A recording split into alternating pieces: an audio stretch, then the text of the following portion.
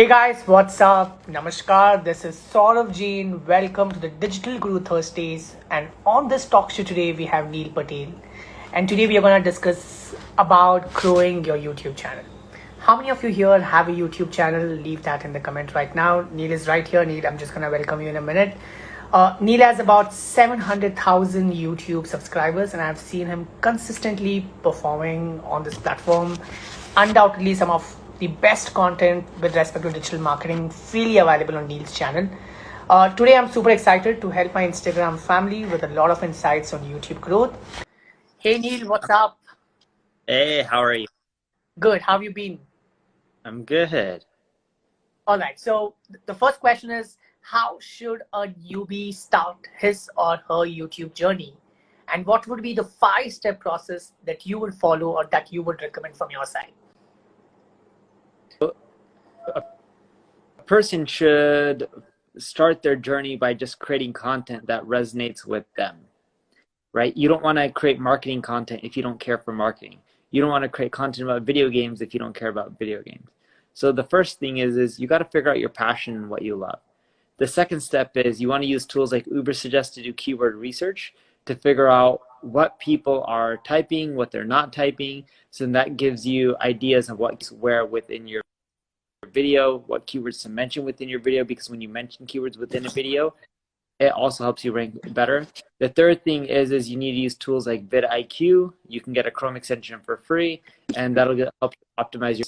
The fourth is you need to follow the hot script by a lady named Sunny. I forgot her last name, but if you just do a YouTube search for a hot script, Sunny, S-U-N-N-Y, you'll see it. Follow that.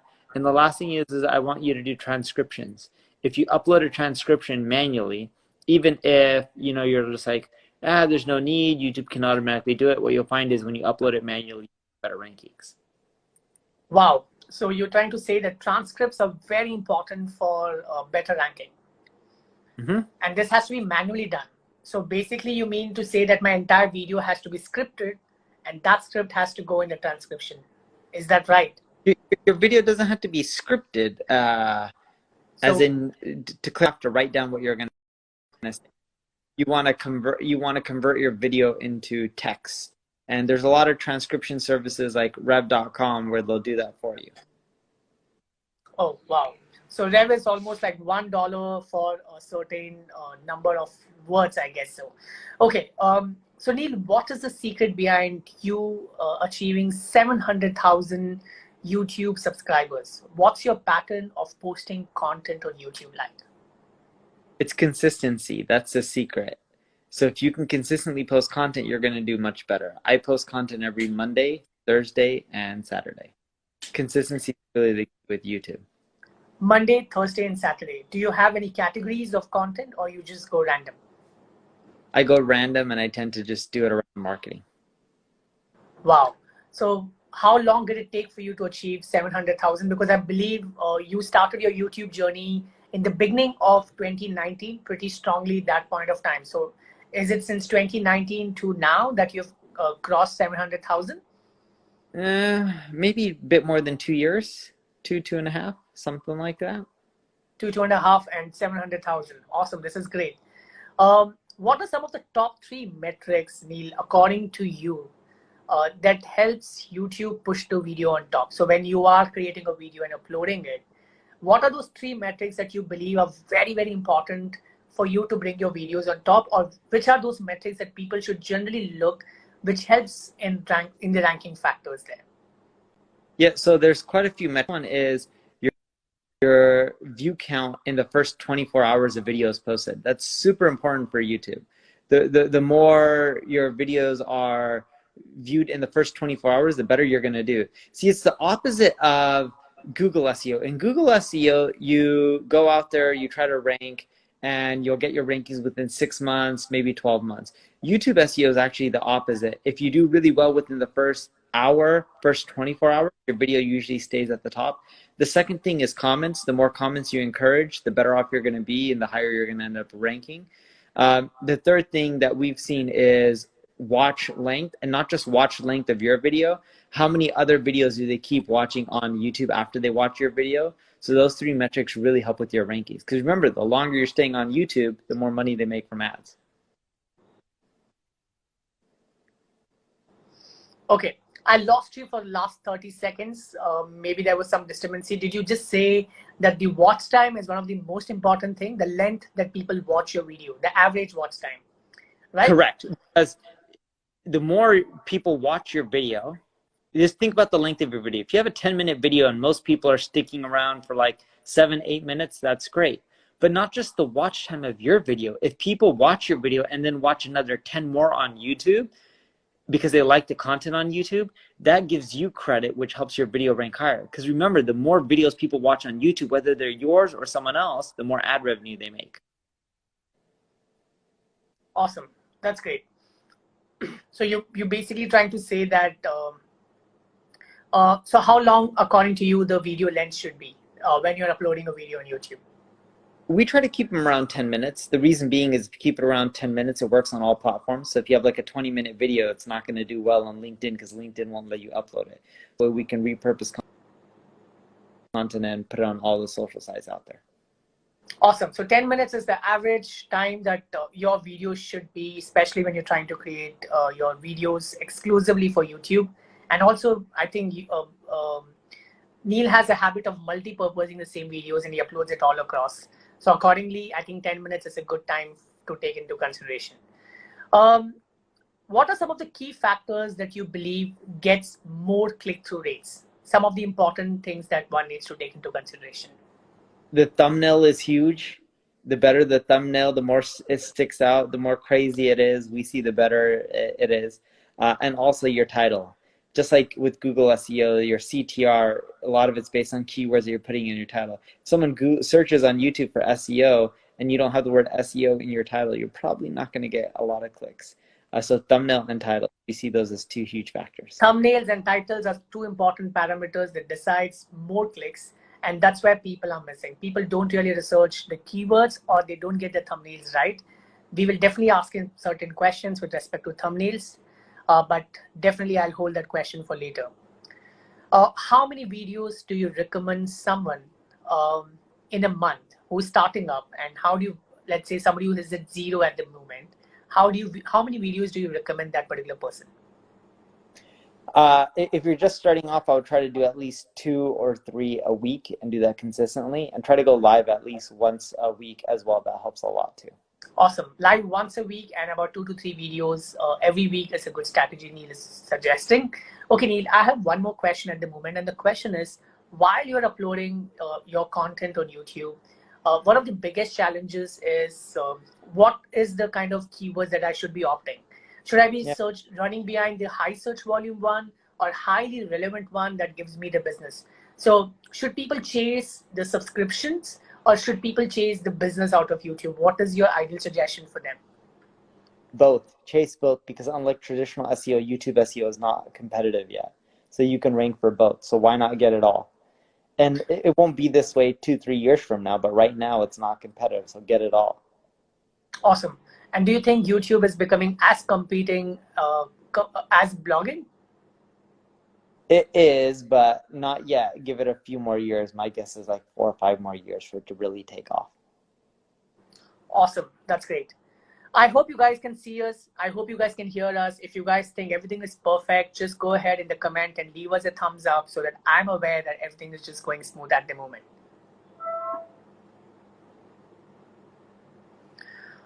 Awesome. Neil, how do you think an ideal design of a thumbnail should be? And what are your ideas on the same? So I like to make it stand out in colors. Don't blend in with YouTube's color scheme, because if you do, it doesn't stand out as much. Use colors that have good contrast, easy on the eyes. Like you don't want to use like a ton of neon green or something that could be hard on the eyes.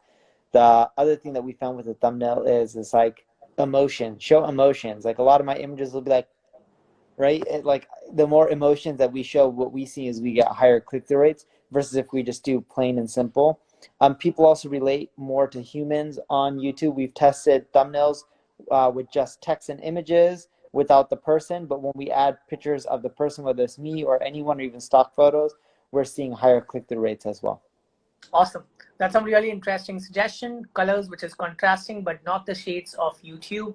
Also ensure that you show more of human face, and then expression really, really matters, is what Neil says. Neil, one of the important questions. I have seen one of the mistakes that people have been doing with the YouTube thumbnail. Thumbnail is they try to show their upper body, which is like, which basically the face is really small in the thumbnail. Yeah. So do you suggest just the face, or do you want the person to show his upper body? What do you think? What do you think is ideal? You can show part of your upper body, just don't show the whole upper body. If you show the whole one, it's a little bit too big for the image, and then your face is too small. But so above the chest is ideally suggestive. Correct, yes. And you can show sometimes a little bit below that if you want, but then it gets just too small. A lot of people on the thumbnails have been using emojis. They have been using a lot of icons there that you think is ideal, right? So when you say how to make money, and I see people showing a lot of currency there, those are some of the factors that you recommend or you don't recommend? I would recommend it. Look, with everything with YouTube, you got to test it. And you can switch things around from thumbnails to images, and you can see what happens to your click-through rate over time. I test it because, also what ends up happening with YouTube is if you do something really well, everyone starts copying your format, your thumbnail images, your style, and then you got to try something unique because you want to stand out. It's not just standing out when people do a search on YouTube and be like, oh, my colors are different, my face is different. But are your competitors doing the same exact thing as you? If they're zigging, you got to zag. In other words, you got to try the opposite of them. In many cases, we're seeing that works.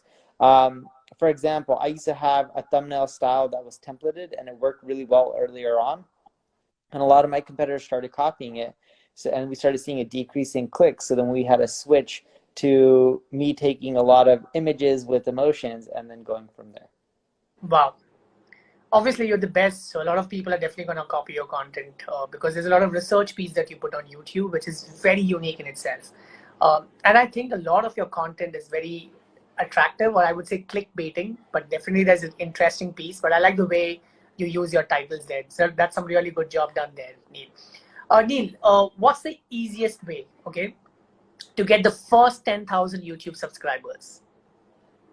The easiest way is to promote all your other social channels and tell them to go follow you on YouTube. Take your email list, tell them to follow you on YouTube. And then run a little bit of ads. That really does help at the beginning. That's what we did. And you don't have to spend a lot. You'll be shocked on how far a few $100s gets you. And then the other thing that we end up doing is every time you release a new video, we send an email blast and a push notification. Those two things help the video climb to the top of the rankings really quickly right when it comes out, which then allows you to get more subscribers, and that helps as you create more videos. The other thing is every time you post a video, at the end, make sure you tell people to subscribe, leave a comment, like your video, share it, because that helps spread the virality, which gets you more subscribers. And then at the beginning of the video, we also tell people to subscribe. Awesome. How is the idea of building an audience out of hosting a webinar or a live session on YouTube? How do you think is that idea? Like, shoot out, build an email list, tell them that you're going to do exclusive live sessions on YouTube, and that's predominantly going to increase the number of comments, number of subscribers on the first go. Do you think that's something that you suggest people to do? Because promoting it on social media, I think one of the biggest challenges for newbies is that they don't have an audience there itself. So obviously they can't drive traffic to YouTube. But do you think a little bit of investment on Facebook ads to build an audience for a YouTube live session would be a suggestive or a good idea? I would not do. I would do YouTube ads to a YouTube live session. I wouldn't do Facebook ads to YouTube. But yes, it could work. I would just do the ads on YouTube. Awesome. That brings me to another question to you at this point of time. And the question is, how much did you spend on YouTube ads? Because I kept seeing your ads for quite some time whenever I would search for the word digital marketing. What was your spend like? I think we did everything in less than $12,000 or $13,000. I could be wrong, but it wasn't that much. Now we had other ads going, like we spent over $100,000 on YouTube ads in total, but a lot of the other ads were to sell products and services. and it wasn't to get subscribers. And most of those ads we did before we were releasing a ton of videos. We did some of those ads after we released videos as well, and we are trying to grow our YouTube channel. But in general, what we found is the ads didn't work as well as we wanted compared to just posting content consistently. Awesome. That's a really good tip there. Guys, if you guys are enjoying the session, just say enjoying. Just type down the tab in the comment, just say enjoying, or just put your favorite word there in the comment. All right, that's some interesting observation, Neil. Neil, I have noticed there are two kind of YouTubers. One who predominantly goes chase the hot topic and create content on that. And there are newbies who try to create series of videos on a certain topic, which might be, let's say, your SEO lesson 1, SEO lesson 2, SEO lesson 3. Do you think that's one of the bestest strategies to invite a lot of people because they see that they are more likely to see a sequel or the set of videos coming back to back? Do you recommend people to create a series of videos on those lines? So funny enough, I've tested both, and right now I'm doing more series. The series is bringing a lot of the same repeat people back, but it's not attracting as many new people. So I wouldn't just recommend doing series. You have to do a combination of both. I went from just doing a lot of random videos to then doing series, and the first series we did was a hit. It did extremely well in the first week, and then it started to slowly not do as well. What we quickly realized is just doing series doesn't work. You need to do a combination of both. Awesome. That's an interesting observation. So my first 20,000 YouTube subscribers, right now I'm 100,000 almost, was because I had a series on a free digital marketing course, and that was promoted extensively. That got me the first 20,000 YouTube subscribers. But yeah, the hot ones are not. Do you think on YouTube how-tos have a lot more value or subscription compared to tips? Do you see that trend? It depends on the keywords, because the tips could be how-to related as well. But in generally, educational, instructional type content does better, and you get more YouTube search traffic. And we see those working really well. What we notice is on YouTube, there's also like suggested traffic. The how-tos we're finding don't get as much suggested traffic, but they get more search traffic. Awesome. What kind of YouTube videos should a business create in order to drive more sales? Because they are not in the educative pieces of content. This is one of the biggest challenges. I know you might say, no, I would recommend them to create that. So what kind of questions do you recommend to businesses in order to drive more sales? I would educate.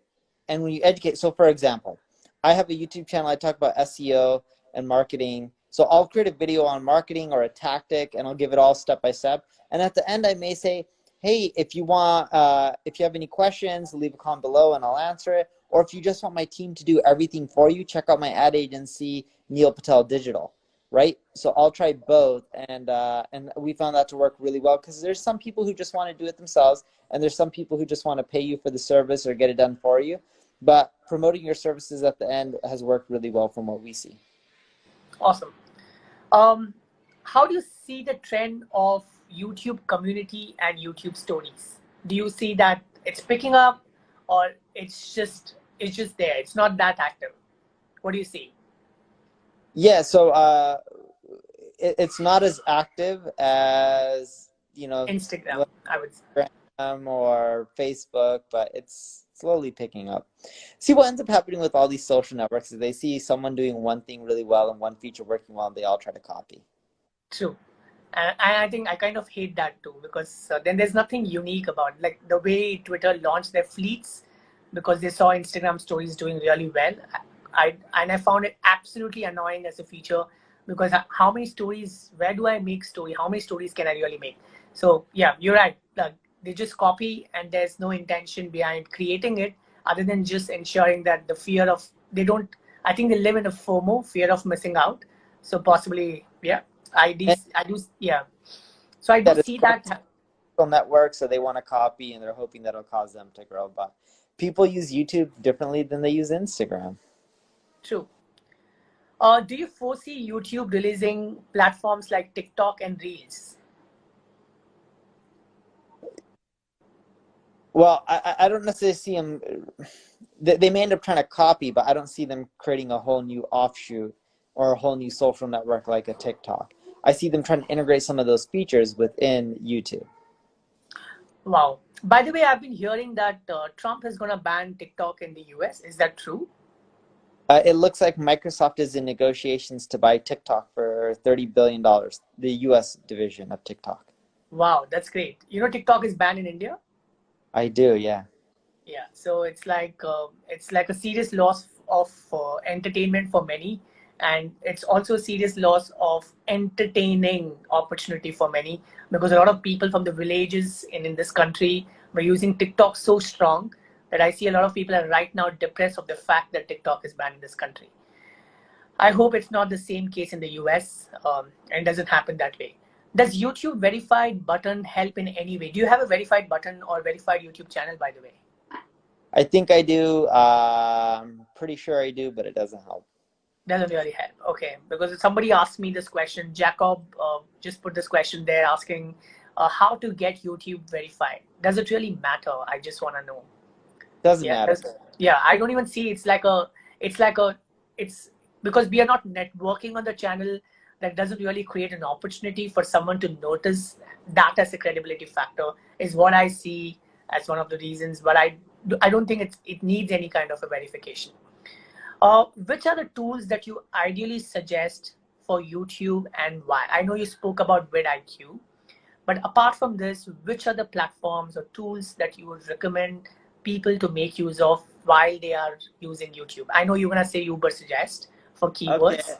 Okay. Yeah, well, I wasn't going to say Ubersuggest, but why not, right? You can always use my own tool and you can do a lot for free. But I would actually stick with VidIQ. You don't need a ton of tools. Just stick with VidIQ. It works really well. VidIQ, awesome. Okay, one more question that I have for you. Does Ubersuggest have a separate section for YouTube research? It doesn't, but we have a Chrome extension and it'll give you research while you're on YouTube for YouTube. Okay, because a lot of people have this mindset that the keywords from Google search is different from the keywords from YouTube search. But somewhere I feel that it's just the same because the user behavior is always the same. Somebody searching on Google is more likely to search on YouTube too. But do you see that there's a difference? What do you say? We don't see too much of a difference. We actually see a lot of overlap. And right. That's also because Google is showing YouTube videos in search results on google.com. And they're intermixing, how people go between Google. Right. VidIQ versus Tubebuddy. Which one do you think is better? They're both good. I prefer VidIQ, but they're both really good. All right. And is there any tool that you would recommend people other than the YouTube Creative Studio or YouTube Studio for editing videos and stuff? That I don't know because I haven't edited my own videos before, so I'm not. Awesome. 100%. I like the way you are very honest about things. That's something that makes you special. Neil, in a highly competitive segment like music and singing, what do you ideally suggest a singer to do to be part of the competition? Sure. Because so there's a lot of videos that other people create when it comes to music videos and stuff. And you can like reply and create videos that are following up to that video. And I would end up doing that. So you can start being part of the conversation, or you can do your own voiceovers. You can leave a comment on any popular video talking about something, your video that's similar. All those things really do help. Awesome. That's great, Neil. Neil, I have so one of the things that I have seen that people have been doing is the bestest strategy.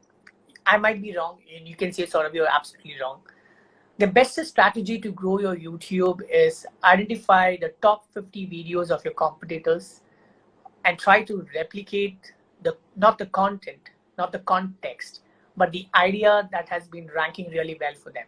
Because people have this habit of watching the same video or the same title or multiple pieces of content with the same title, and they might discover your video as well. Do you suggest, instead of doing keyword research first, just do competitor analysis, take your first 30 keywords, figure out what their titles are, what's working for them, and just try to recreate the same for your YouTube channel?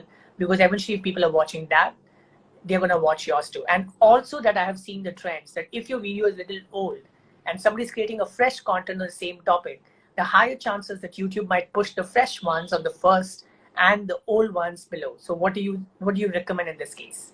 It is a good strategy. I wouldn't just start with that, and here's why. A lot of times your competitor does well because their subscriber count's high, their average watch time count is high. Maybe they're promoting the video very heavily through emails and push notifications like I am right when it goes up. So there's some biasness, right? What you need to ideally do is do your keyword research, look at your top competitors, look at both of them, but you need to have that promotion strategy that we discussed very early on when we were talking about the 5 aspects that really help with YouTube. And if you just copy people and try to get suggested traffic or you know, get their viewers, what you'll end up finding is if your videos don't perform really well in the first 24 hours, no matter how many videos you copy, you're not going to do well. Right. And one of the challenges that I have seen is the fresh YouTube creators. They really put so much of research and they've done a lot of hard work. And I see YouTube channels which are already very, very popular, okay, and they have like millions of subscribers. They try to copy content from the fresh YouTuber. They get more popularity because they already have an audience watching them. Correct. And the ones who actually put a lot of effort don't get that kind of popularity. So what do you say here? I mean, I know there's no ethics. How do you think someone should deal a situation like this? There's not much you can end up doing other than just try to be ethical and do what's right and keep pushing forward. Like, Awesome. That's true. There's nothing that you could do about it. Right. Yeah. Don't keep focusing on your competition. Focus heavily on what's best for you and your audience. People are going to do shit off. Who cares, right? Just keep moving forward. Super. How long should, I think I've already asked you this question, how crucial it is to define the niche of your YouTube channel, like very laser focused YouTube channel. What do you say? When you're starting off, it's better. We see better results when you do that than versus being a channel on everything, especially when you're starting off. What tricks are important inside of the video to increase the subscribers, like animation or the statement, or what do you think are some of the most important triggers that can actually make people subscribe? Could there be a stop by before you give out the most important information? What do you generally follow? What are your ways? Sure. So at the beginning, tell people to subscribe and tell them to click the alert notification. That's a key. If they don't click the alert notification after they subscribe, it doesn't do as well. Then you have subscribers that don't engage as much. And show them on screen the animation of clicking the alert notification. Tell them to subscribe as well at the very end. You also want to hook them in early on to keep them going and watching your video. You don't have a good hook on what they're going to learn or something that's going to keep their attention. What you'll find is you're not going to be able to get them to see all your subscribes, call to actions. And the last thing I would do is give them a benefit. Why should they subscribe? Like you can say, hey, I go live every week, and if you subscribe, you'll get notified, and I'll give away tips, right? Wow. So that helped really well. How often do you go live on YouTube, by the way? I don't do it as much now because I don't have a studio anymore, but I used to go live at least a few times a month. Wow, that's great. I think that's a tip which I have not been following. I don't take YouTube live very seriously as much as Instagram live, but I'll start taking that more seriously now. Thank you for that tip there, Neil. Do you suggest spiritual gurus and business gurus to create a membership-based YouTube channel? Do you have any success cases there? Or have you seen any great success case in a membership-based YouTube channel? Or are you planning to get a YouTube membership for yourself? I am not planning on myself. I haven't seen any success cases, but there probably are. I just don't know off the top of my head. I do know there's a lot of people that provide content and videos on YouTube that do well in subscription. And they use it as a traffic acquisition channel. There's Billy Jean is marketing. He does really well from YouTube. There's a Clever Investor. He does really well. There's Timothy Sykes. He does well. There's another guy named Dan Locke who does well on YouTube. Grant Cardone also does really well. And a lot of these people will sell subscriptions for products from their YouTube traffic. Awesome. How do you see the future of YouTube Live versus Instagram Live? I don't really see one versus the other. You can use software like my video guy does. I don't know exactly the name of the software, like simulcast or I don't know, one of these. One stream. Yeah, and it just allows you to get on all the channels at once. They don't really look at it as like, oh, YouTube Live is better than Instagram Live. Who cares which one's better? Just go live on all of them at the same time and get as many people as possible. Right. Awesome. That's great. Okay. And the next question is, what are some of the ideal ways to promote YouTube channel to grow YouTube subscribers? Just 3 ways that you would recommend, 3 ways that you suggest. You've already told that post it on social media channels. We have spoken about YouTube advertisements. Besides that, what are those 3 ideal ways that you think is unique that people should follow to grow their YouTube subscribers? Sure. So the first thing is engage with anyone who leaves a comment. The more comments you get on your YouTube video, you'll notice that you get more views. So every time someone leaves a comment, respond to them. It's super, super important. People take it for granted. The third thing is within your videos, ask people to leave comments and not a yes or a no. I used to ask them like, hey, have you used Google Analytics? Just leave me a yes or no comment. And that used to work really well in the past, but YouTube wants more detailed comments. So ask thought-provoking questions within your video, and people will leave comments that are more detailed, and that helps with virality as well and getting more subscribers. The third thing is do live sessions with other YouTube influencers or do cross promotions. Like if we both have YouTube channels, we can both create videos and upload the same video to our channels, right? And it helps promote each other. That's a good example of getting your content out there and doing well. Awesome. That's some interesting insights there. YouTube or IGTV? What do you suggest for 2021? Both. They both have eyeballs. Why not both of them? Take the same content, upload it to both of them. What do you have to lose? And do you foresee that Instagram or IGTV might launch its very own search engine with time, because the way they have the title, they have the description, they have a thumbnail? Do you foresee that it's going to happen?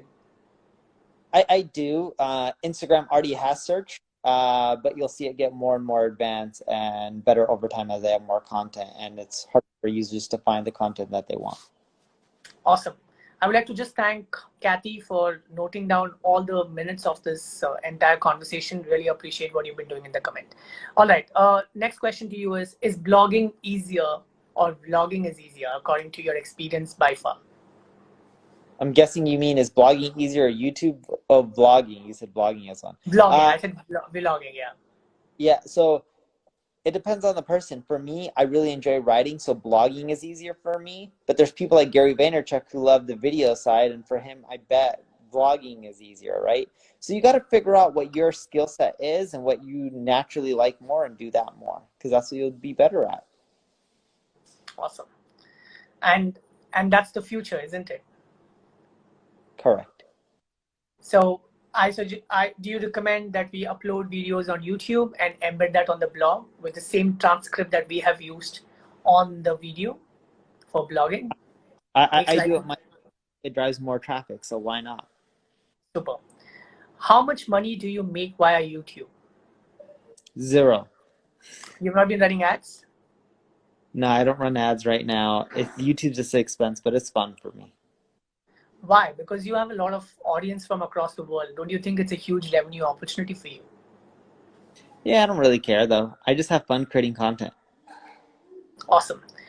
All right, so I'm going to ask you one last question and then allow my audiences to ask questions. All of you geared up with your question, and then you can post it out in the comments. But don't post it now because otherwise I'll miss it out.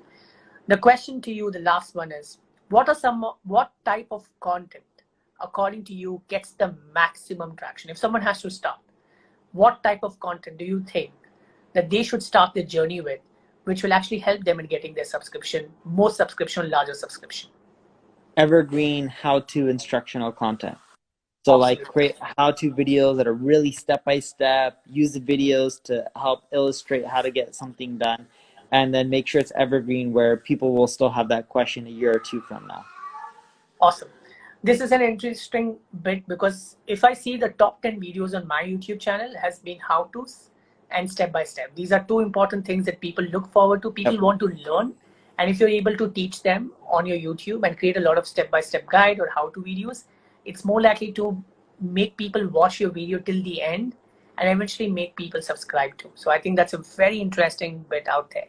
I'm open for taking up questions, and you can shoot your questions in the comment section. We'll take up questions and put it across to Neil. So go ahead and leave your comments, leave your questions in the comments, and I'm just gonna, so somebody just asked this question earlier, and the question is, does hashtag really work on YouTube? Because a lot of people are using 3 hashtags in the description. Does it really matter? That's the question. Every little bit helps, but what we see helping more than anything else is keywords. Are you having the right keywords? And the keywords in your title, keywords when you say in your video. See, YouTube's able to decipher. If I have a video on SEO and I say SEO, SEO, SEO 20 times, they're going to know that video is more about SEO. And more than anything else, you know, yes, all the little stuff adds up on YouTube, but what we're really seeing is videos that do the best in the first 24 hours tend to do extremely well in the long run. That is really the key with YouTube. Amazing. I have a question here, and the question is from Foodwise Media. How can small restaurants grow using YouTube? You can showcase your food, talk about the recipes, teach people how to make it. And I think what will happen is if you show people how to cook certain dishes or make it, the people are like, wow, this is amazing. Oh, let me try out this restaurant. They're really good too, right? Because if they're giving me these tips, they must be amazing at what they do.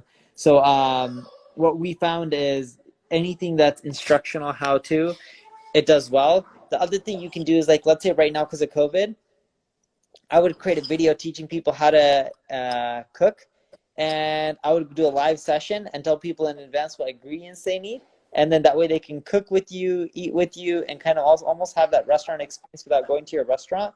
And I think it'll build up a massive loyal user base. Right.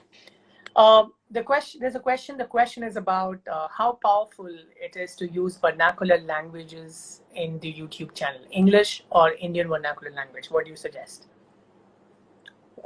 So what we found is you want to transcribe your content as many languages as possible. So with our videos, a lot of times we'll upload a Portuguese transcript. We used to do Hindi transcript. And what you want to do is just have multiple videos and use transcripts and subtitles in different languages, because you just get more viewers. Awesome. That's an interesting bit. I've also seen that in India, especially if you're YouTubing and if you're using Hindi or Tamil or regional language, you're more likely to see higher subscription rate, because people in those 2-tier, 3-tier cities and districts and villages are interested in looking at knowledge in the language that they best understand. I have both English and Hindi videos on the same channel, but my Hindi videos have got me a lot more subscription than my English videos. So I would recommend that if you could just go all vernacular, it's also great, or you can use transcription if you're trying to go global. In that case, you might just go with that. Okay, there's a question. Is it better to add videos to a company channel, or should it be on a personal brand? What people are always confused about this question. What do you recommend to them? There's no right or wrong answer. Both work well. Right. That's an interesting one. We'll take up one more question from all the questions that we have in the chat.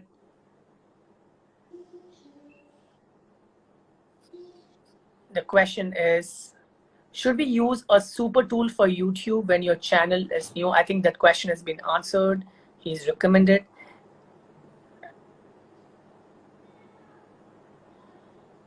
Do you think YouTube news channel is a good idea? And any tips that you would recommend someone who's starting a news channel, which actually has a very smaller shelf life, because it's always a trending topic? Because all this while we were discussing about growing from educational point of view, somebody saying who wants to start a YouTube news channel, what is the tip for them? I wouldn't recommend it. It's too competitive, because there's a lot of other people who put out news. They have way more money, more production. They're getting the news faster. You can do it if you want, but the problem is when you're new, you want to get that longevity and subscribers. So every video you create, you don't only want it to last a day or a week. You want it to last years, so that way you can keep getting momentum and subscribers from those videos. So make sure you're creating evergreen content at first. Don't go after new content unless you already have a massive following. And if you have a massive following, you don't need my help or my tips. You're good to go, because people already know you. But if you're starting off, I would not go with the angle. You need to create the evergreen long form content. Awesome, Neil. That's some interesting tip. Neil, before you leave, what is that one golden tip, the golden nugget from Neil that you would like to share with people today? I will give you one tip, and this will really help you with YouTube. I know I mentioned this, but I can't emphasize enough. My secret to doing well on YouTube is to promote the video really heavily in the first 24 hours. I kid you not, if you do that, you can rank for some of the most competitive terms in less than a week at the top. Awesome. That's interesting. All right. So, Neil, I just want you to post for a photograph so that people can take screenshots and just show your thumbs up. So people are watching this and have enjoyed this and want to come back on next Thursday to learn about the future of digital marketing agency, which is a very interesting bit for people who want to get to freelancing, who want to start a digital marketing agency. We're going to have a lot of questions to Neil because Neil runs an agency himself called Neilpatel Digital, which is also in India. So if you guys have enjoyed this session, you can take a screenshot, tag us on your stories, give us a shout out, because there's a lot more that we're going to bring for you guys. So Neil, just a post for all of them. All right, Neil, thank you so much. It is a pleasure hosting you all the time, and there's so much to learn from you. Keep sharing your insights and keep growing. God bless you. Take care. Take care, everyone. Thank you. So that was an amazing bit. I hope you guys had a great time learning from Neilpatel today. I had a great time learning from him. I hope you guys did too. And I hope you guys had a lot of fun. If you guys had a lot of fun, go in the comment and say, I had a lot of fun learning. Just say, I had a lot of fun. That's enough. Or just say fun. Just put that. So it was amazing to host Neil and get this session going. There's a lot more that we will share, we will learn, and we shall explore with time as we go by in this journey, because there's 3 more Thursdays with Neilpatel. And I hope you guys had fun. Thank you so much. I have a webinar at 9:30 with my close group of people. And between that, I'm going to catch up with Neil for 10 minutes to have some conversation. So thank you so much. Loving you all so much. And goodbye. Take care.